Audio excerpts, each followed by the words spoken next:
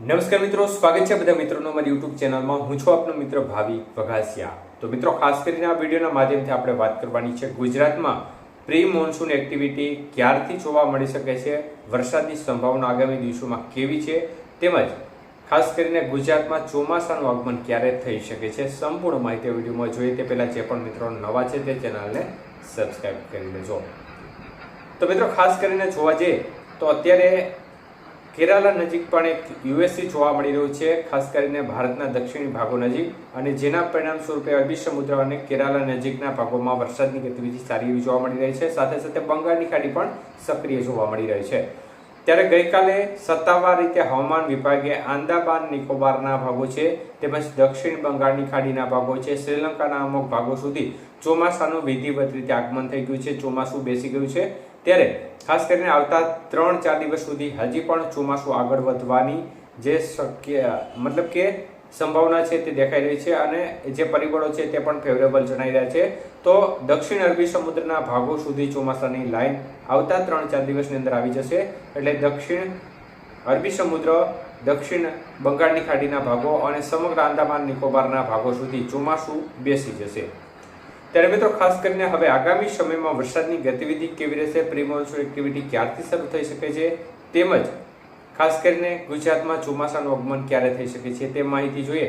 તો મિત્રો, આવતી 19, 20, 21 તારીખ દરમિયાન ખાસ કરીને અમરેલી, ભાવનગર આજુબાજુના છૂટાછવાયા ભાગોમાં ક્યાંક સીમિત વિસ્તારમાં વરસાદી ગતિવિધિ જોવા મળી શકે છે. અન્ય વિસ્તારોમાં શક્યતાઓ જણાતી નથી. દક્ષિણ ગુજરાતના મહારાષ્ટ્રને બોર્ડર કાંઠાના ભાગો છે ત્યાં પણ ક્યાંક આ પ્રકારની ગતિવિધિ જોવા મળી જાય.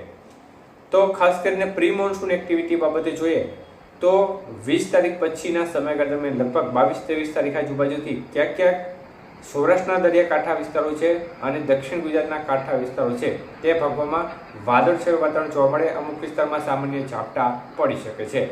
ખાસ કોઈ મોટા વરસાદની સંભાવના જણાતી નથી, પરંતુ પ્રી મોન્સૂન એક્ટિવિટીના ભાગરૂપે એક પ્રકારે વરસાદી છાંટા જોવા મળી શકે છે છૂટાછવાયા ભાગોમાં.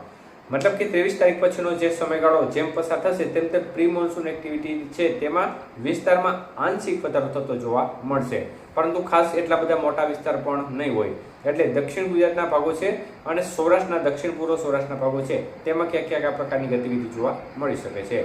તો ખાસ કરીને મે મહિનાના એન્ડમાં વરસાદની ગતિવિધિ, પ્રી મોન્સૂન એક્ટિવિટી છે તેમાં થોડો વધારો થવાની શક્યતાઓ દેખાઈ રહી છે. હવે વાત કરીએ ગુજરાતમાં ચોમાસાનું આગમન ક્યારે થશે. તો મિત્રો, હાલ અનેક એવા પાસાઓ છે જે ચોમાસાના આગમનને અવરોધ ઊભો કરી શકે છે. તેમાં ખાસ કરીને જોવા જઈએ તો અરબી સમુદ્ર કે બંગાળની ખાડીમાં જો કોઈ વાવાઝોડું બને તો આ સંજોગોમાં જે બેલેન્સ છે તે થોડું વિખાય છે. આ સંજોગોમાં ચોમાસું આવવાની પ્રક્રિયા છે તે થોડી મંદ પડતી હોય છે, અને આના કારણે ચોમાસું આવવું થાય તો લેટ આવી શકે છે. બાકી હાલના પરિબળોને, સ્થિતિને ધ્યાનમાં લઈને જોઈએ તો ચોમાસું છે તે નિર્ધારિત સમય આજુબાજુ જ આવશે તે પ્રકારની શક્યતાઓ અત્યારે દેખાય છે. કદાચ લેટ થાય તો 2-4 દિવસ લેટ થાય, બાકી વધુ લેટ થાય તે પ્રકારની શક્યતાઓ અત્યારે જણાતી નથી.